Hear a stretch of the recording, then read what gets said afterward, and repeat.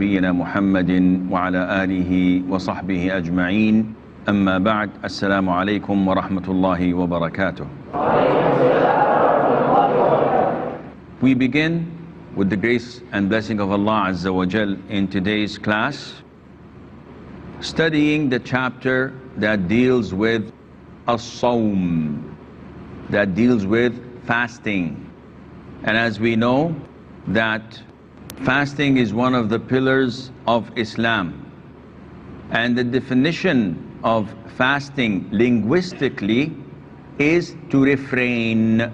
Linguistically, you could fast from talking, as mentioned in the Quran, إِنِّي نَذَرْتُ لِلرَّحْمَنِ صَوْمًا فَلَنْ أُكَلِّمَ الْيَوْمَ إِنْسِيًّا. I have pledged today that I fast from speaking, so I would not talk to any human being.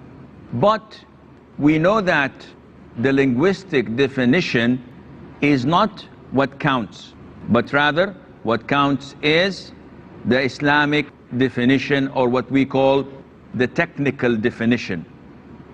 And fasting is defined by to refrain from things that nullifies your fasting from the break of dawn till sunset with the intention of worshipping Allah. And this is very important that you have this last phrase, with the intention of worshipping Allah, because I could fast, and a lot of the non-Muslims fast from things that nullify their fasting, but the intention is not for the sake of Allah. The intention is for dieting, the intention is for losing weight, the intention is because the doctor told them not to eat or drink. So is this considered to be fasting? No. The proper fasting is to refrain with the intention of worshipping Allah Azza wa Jal. And Ramadan is known as the month of patience, because fasting is an excellent display of patience. And the pillar that is fasting, it's only fasting of Ramadan. So it is not fasting of Ashura or Arafah or the white days or the Mondays or Thursdays. It is only fasting the month of Ramadan. This is what's a pillar upon every Muslim and Muslimah. So it is the month of patience. And scholars divide patience into three types, and they say that all of these three types are found in fasting the month of Ramadan.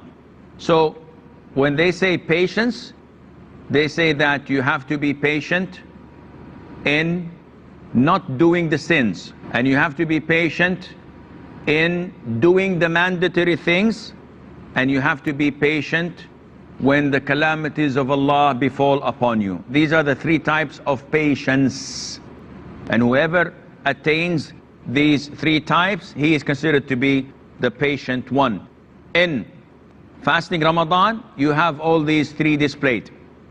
So you fast from haram, you fast from things that are sinful. The Prophet tells us ﷺ that he who refrains from eating and drinking but does not refrain from false testimony and saying false things, Allah does not need him to stop eating and drinking. Meaning his fasting is not accepted. If you continue to do bad things and sins, especially testifying falsely or saying false things, this means that your eating and drinking did not change anything. Also in fasting Ramadan, we have patience on doing what Allah instructed you to do. And by stopping eating and drinking is an excellent display of obedience to Allah and of your patience on doing things that Allah commanded you. And of course, the greatest type of patience would be to be patient when the calamities of Allah befall upon you, and hunger and thirst is a calamity. Not being able to do halal things such as having intimacy with your wife is a calamity, but your patience is highly rewarded by Allah Azza wa Jal. And it is a training session. Ramadan is a training session, because anything that is considered to be addictive, Islam tells you not to be addicted to it. Islam only wants you to be addicted to worshipping Allah and remembering Him and striving in reaching Allah's pleasure. For example, your addiction to food and drink, which is halal. Allah tells you you have to take a break so that you would not be enslaved to halal things, such as intimacy with your spouse, such as eating and drinking. Be free, because when you are able to control yourself over halal things, it goes without saying that your control over haram things would be even stronger. If a person does not drink water because Allah tells him not to drink water, do you think that he will be able to drink alcohol? He would have a stronger will than any other person. And that is why Islam forbids you from being addicted to things, especially haram things. So those who are addicted to smoking in Ramadan, they display their obedience to Allah by quitting for 16 hours, which means that if they have full confidence in Allah and trust, they will be able to stop the full 24 hours. All what you need is to believe. Once you believe, Allah Azza wa Jal will support you, and Allah the Almighty would guide you. And who is it that fasting is mandatory upon? It is mandatory upon every Muslim who is sane, who is or has reached the age of puberty, and who does not have any restrictions from fasting. And what do we mean by restrictions of fasting? For example, a woman in her menses, or a woman in her post-delivery bleeding, is she obliged to fast? Is she permitted to fast? No, she's not. So this is something that restricts her from fasting. A traveler, and this depends on the traveling, but it's a permission from Allah that a traveler may skip fasting and to make it up when he is capable. A sick person, likewise, and so on. So these are the types of people that have to fast. And we know that we have to fast the month of Ramadan, but we have to also go through the process of identifying that Ramadan is due or not. And this is done by observing and citing the birth of the new moon. So we will come inshallah to the hadiths that explain some of the previously mentioned topics. Hadith number 177. Yes, the brother there.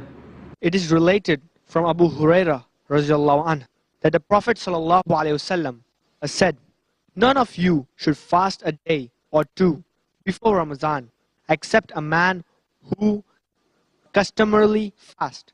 He should fast that day. In this hadith, the Prophet alayhi salatu wasalam is forbidding us from fasting a day or two before Ramadan. Why is that? Scholars say that there is something that is known as the day of doubt. And the day of doubt usually is the 30th of Sha'ban. And why do we call it doubt? Because if today is the 29th, after sunset, what will we be doing? We'll be observing and trying to sight for the new moon, and that is the crescent. If we sight it, this means that tomorrow is the 1st of Ramadan. If we don't sight it for a reason or the other, if we don't sight it because it's not born yet, or if we fail to sight it because there are clouds or a lot of wind and dust, what should we do? The Prophet told us alayhi salatu wasalam to assume that tomorrow is the 30th of Sha'ban and not fast. So there would be people who would come and say, well, it's an issue of doubt. Is tomorrow 30th or the 1st of Ramadan? Just for the sake of argument, I will fast tomorrow, just to be on the safe side. The Prophet says, alayhi salatu wasalam, this is not permissible. Do not precede Ramadan by fasting a day or two. Why? Because then you would allow shaitan to come into your thoughts and to your life and start to always tell you to be on the safe side. You perform wudu, I washed my limbs 3 times, just to be on the safe side, wash it once again. You prayed Isha with the congregation, just to be on the safe side. Maybe I did not have full khushu', maybe I did something wrong in the salah, I'll pray another Isha. By this, you will destroy your life. You will allow shaitan to play with you like children play with football. Such thoughts and whispers of shaitan destroy your life. So you should not allow this. However, the Prophet ﷺ made an exception. And this exception was for those who regularly fast a particular day, such as Mondays and Thursdays. So if it happens that today, the 29th of Sha'ban, is a Wednesday, and tomorrow, the 30th of Sha'ban, is a Thursday, and I have the habit of every Monday and Thursday I fast, what should I do? Tomorrow I should fast, because the Prophet gave me the permission, alayhi salatu wasalam. Likewise, those who fast the fasting of Dawood, peace be upon him, which is fast a day, break the next, fast a day and break the next. So if I did not fast today and tomorrow is the 30th, is it permissible for me to fast? The answer is yes, because by this you would be complying and following the Prophet's instruction, alayhi salatu wasalam. We have a short break, stay tuned, and inshallah we'll be right back.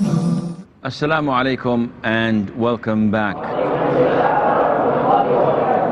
Hadith number 178.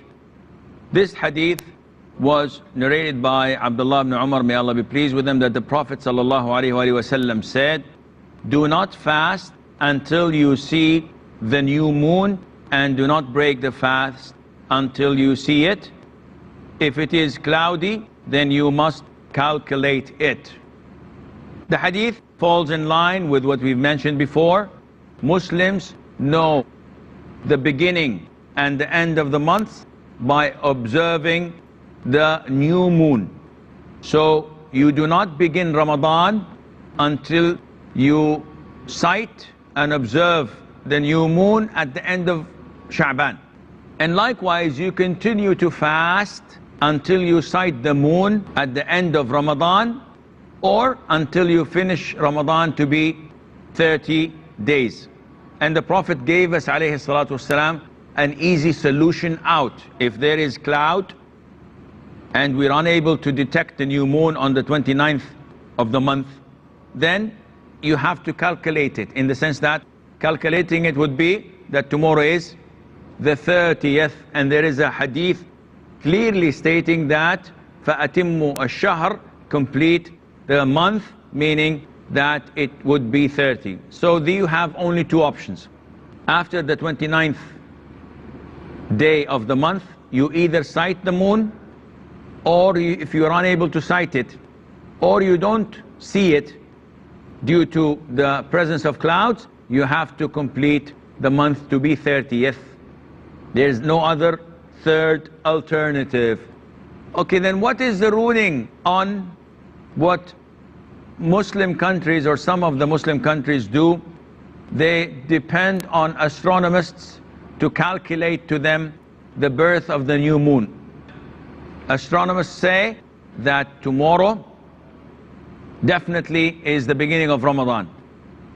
Can we go ahead with what they had said even if we did not sight the moon? And the answer is no.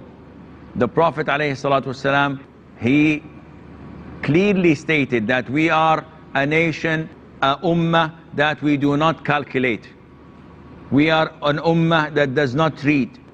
And the month is either this or this, meaning it's either 29 or 30 days. You cannot have the month being 28 And you cannot have the month being 31.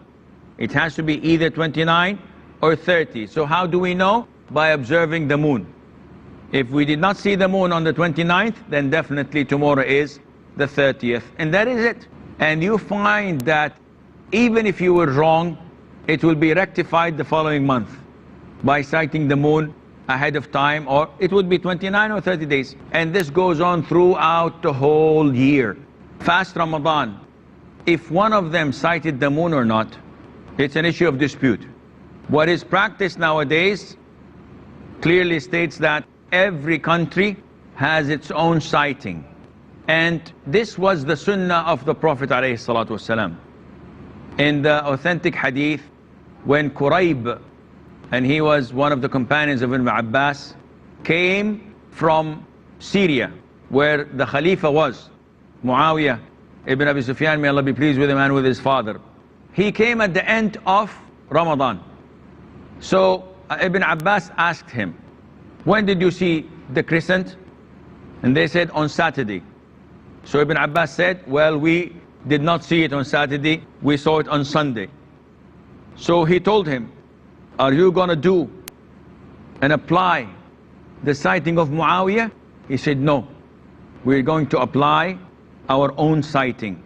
And this is the sunnah, which indicates that each region has its own sighting. But scholars differed in regard to what do we call a region. So if I see the crescent in Mumbai, the people of Delhi would fast, or they say no, we depend on our sighting. It's an issue of dispute. Most likely a region is one that is governed by a ruler, and the ruler is the one who dictates whether to take the sighting of the adjacent region or not. Some scholars say that a region is what is approximately to be in the diameter of 2,000 kilometers. And these approximately 2,000 kilometers would have the same sighting. What is being practiced today, that each country, each government has its own sighting. Usually when we sight the moon in Saudi Arabia, we have all the Gulf countries following us. So they believe and they depend and they follow the sighting of the same Arabian Peninsula, which is quite huge.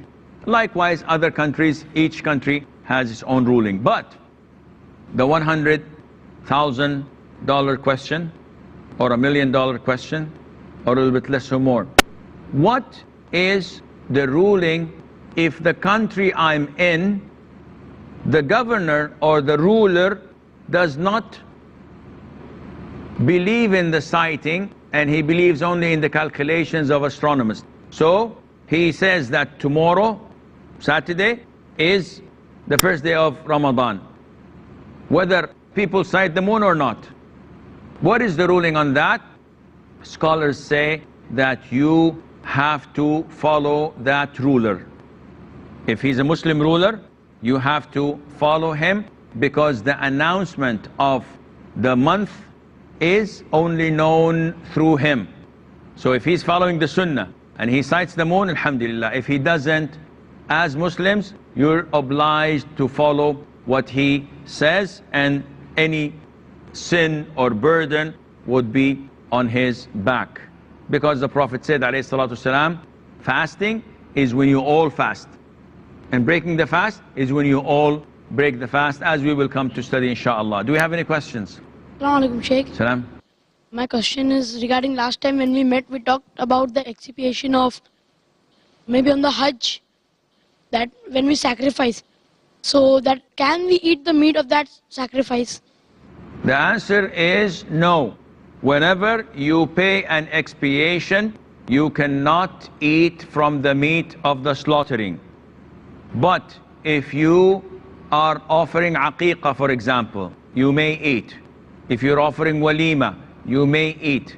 But when you are offering hadi, you should eat. When you offer udhiyah, you should eat, because all of this is part of the sunnah. The expiations and the oath, the nadhr, you do not eat from them at all, with the exception of nadhr if you intended it. So for example, if someone makes an oath and this oath is not recommended, it is makruh, The Prophet told us not to do it. But once you pledge yourself to do it, you must do it. So if someone says, oh Allah, if my child passes tomorrow's exam, I will slaughter a sheep. He made it general. Now what is your intention? He says, my intention is to give it to sadaqah. You must not eat anything of it. If I ask him again, what is your intention? He says, my intention is to slaughter it and to call my relatives so that we will eat from it. Then you can eat from it. It depends on your intention. So I hope this answers your question. Any more questions? Yes, brother. Sheikh, supposing if someone makes an oath to Allah that he wouldn't do this and he breaks the oath, you feed 10 people, then does he have to continue with that oath, or that means that oath is finished? And now if it is continuous, he has to fulfill his pledge. The Prophet said, Man nadara an yuti'a Allah falyuti'hu. Whoever pledges that he should obey Allah in doing something that is form of worship, he must fulfill that. So if someone says, if this thing happens, I will fast every Monday, he must fast every Monday. And if he misses one Monday intentionally, he's lazy, he should continue. This does not affect the coming Mondays. So if this is your question, then I hope this answers it, though we know that it is not recommended to have such a pledge. Yes, brother. Assalamu alaikum, Sheikh. Salam alaikum. Question is regarding last topic when we met last time. What is the ruling about zakah on the money people have in their accounts of government provident funds or private provident funds? Can you explain? Government provident fund. If someone is an employer somewhere in government service, government deducts some money and keep it for provident fund, and once he retires. Retirement? Yes. Okay, I will answer this question, inshallah. The money that the government deducts from your salary, this is not something that you can use or utilize. You cannot go to the government and tell them, give me my money. They will not give it to you. It is the scheme that after you complete 25 years, they will give you this retirement money on installments once every month. And in this case, it is completely different than your own savings. So this money is not your saving. Likewise, the end of service indemnity. If you finish 10 years or 20 years, if you resign, usually they calculate something and give you the money. And this money is also not zakatable unless 1 year passes, because during your service, you were unable to cash this money. It was not in your possession. You're not the lawful owner of it. I'm afraid that this is all the time we have. Until we meet next time, fi amanillah. Wassalamu alaikum wa rahmatullahi wa barakatuh.